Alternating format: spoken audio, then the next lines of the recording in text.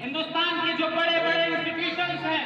ہندوستان کے جو بڑے بڑے ادارے ہیں، جو میڈیکل کالج ہیں، جو IIT کالج ہیں، جو انجینئرنگ کالج ہیں، جو لا پروفیشنل یونیورسٹیز ہیں، جو مینجمنٹ کے کالج ہیں، آج ہم ان کا دور کرتے ہیں، آج ان کے اندر جا کر کے دیکھتے ہیں تو مسلمانوں کی تعداد 1% سے بھی کم نظر آتی ہے۔ اب ہم نے محنت کرنا شروع کی تو میڈیکل کالجز کے اندر ہماری کچھ تعداد بڑھتی ہوئی نظر آ رہی ہے۔ آج ہماری تعداد اگر دیکھنی ہو تو جائیے ضلع جیلوں کے اندر دیکھیے، سینٹرل جیلوں کے اندر دیکھیے، دہلی کی جیلوں کے اندر دیکھیے۔ ہماری آبادی 2011 کے سینسس کے مطابق ہندوستان کے اندر 14.5% ہے، لیکن جیلوں کے اندر ہماری تعداد 30% کو پار کر چکی ہے۔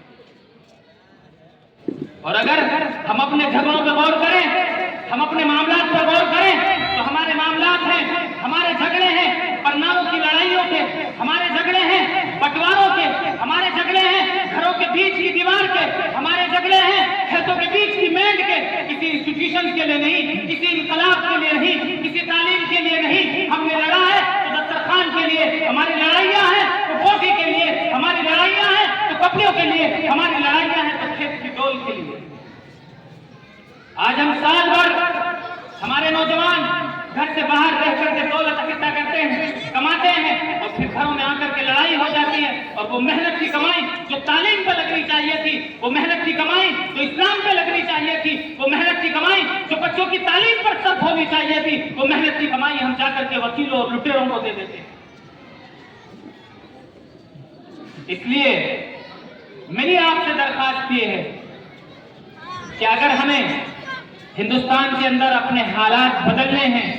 ہمیں اپنے حالات کے اندر تبدیلی لانی ہے، تو سب سے پہلے ہمیں اس تعلیم کی رسی کو پکڑنا ہوگا جو ایک عام انسان کو زمین سے اٹھا کر کے عہد ثریا تک پہنچا سکتی ہے۔ اس کے علاوہ ہمارے حالات بدلنے کے لیے کوئی دوسرا چارہ نہیں ہے۔ آج ہماری لڑکیوں کو دیکھیں، آج ایک وقت تھا جب ہم اپنی بچیوں کا ہاتھ کسی غیر ڈاکٹر کے ہاتھ میں دینا بھی پسند نہیں کرتے تھے، لیکن افسوس کی بات یہ ہے مسلمانوں، جب ہماری بچیوں کو، ہماری بہنوں کو، ہماری ماؤں کو، ہماری بیٹیوں کو جب ڈلیوری کا مسئلہ آتا ہے تو ایک غیر محرم کے سامنے ہماری بچیوں کو، ہماری بیٹیوں کو اپنے پیٹ کھولنے پڑ جاتے ہیں۔ کہاں ہیں ہماری مائیں، کہاں ہیں ہماری بہنیں، کہاں ہیں ہماری وہ گھروں کی بیٹیاں جو آج اگر اسکول، کالجز اور مدرسے کے اندر تعلیم حاصل کرتی تو آج اچھی ڈاکٹر بنتی، اور جو ہماری بچیوں کی پیٹ کو غیروں کے سامنے کھولنا پڑتا ہے وہ ہمیں دوسروں کے سامنے نہ کھولنا پڑتا، بلکہ ہماری بچیاں ہماری بہنوں کا، ہماری ماؤں کا، ہماری بیٹیوں کا علاج کرتی۔ لیکن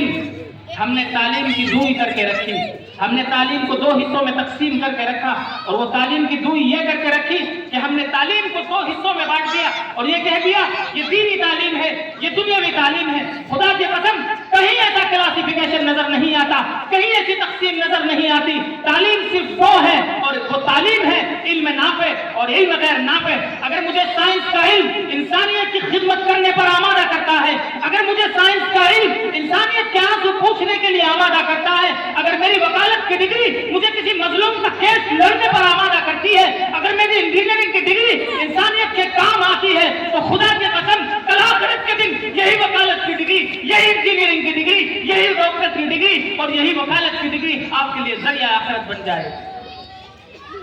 لیکن افسوس کی بات یہ ہے کہ ہم نے اپنے بچوں کے درمیان تعلیم کا ایسا کلاسیفیکیشن کر دیا، ایسی دوئی کر دی۔ ہمیں ضرورت ہے کہ جو ہمارے پاس قرآن ہے وہ ہماری گائیڈ بک ہے، وہ ہماری رہنمائی کتاب ہے۔ جیسے اللہ رب العالمین قرآن کریم کے اندر کہتے ہیں الف لام میم ذالک الکتاب لا ریب فیہ ھدی للمتقین، کہ یہ انسانیت کی ہدایت کی کتاب ہے۔ جب تمہارا بچہ ڈاکٹر بنے، جب تمہارا بچہ انجینئر بنے، جب تمہارا بچہ وکیل بنے، تو اس کو یہ پتا چلے کہ قرآن اس کی رہنمائی کرے یا حدیث اس کی رہنمائی کرے کہ تجھے پیشنٹ کے ساتھ کس طریقے سے بات کرنی ہے، تجھے پیشنٹ کی جیب کا خیال رکھنا ہے۔ آج ہمارا ڈاکٹر بن رہا ہے وہ لوگوں کی جیبوں پر ڈاکہ ڈال رہا ہے، آج ہمارا وکیل بن رہا ہے اس کی نظر لوگوں کی جیب پر ہے، لوگوں کے خزانے پر ہے۔ لیکن خدا کی قسم جب ہمارے ایسے افراد تیار ہوں گے جن کے ایک ہاتھ میں قرآن ہوگا اور ایک ہاتھ میں کانسٹیٹیوشن ہوگا، جب ایسے افراد تیار ہوں گے جن کی سینوں میں قرآن کریم محفوظ ہوگا، جن کے ذہن احادیث نبی صلی اللہ علیہ وسلم سے روشن ہوں گے، تو وہ کسی کی جیبوں پر ڈاکہ نہیں ڈالیں گے، وہ کسی مظلوم کی آنکھوں میں آنسو نہیں لائیں گے، بلکہ ان کے مددگار بنیں گے۔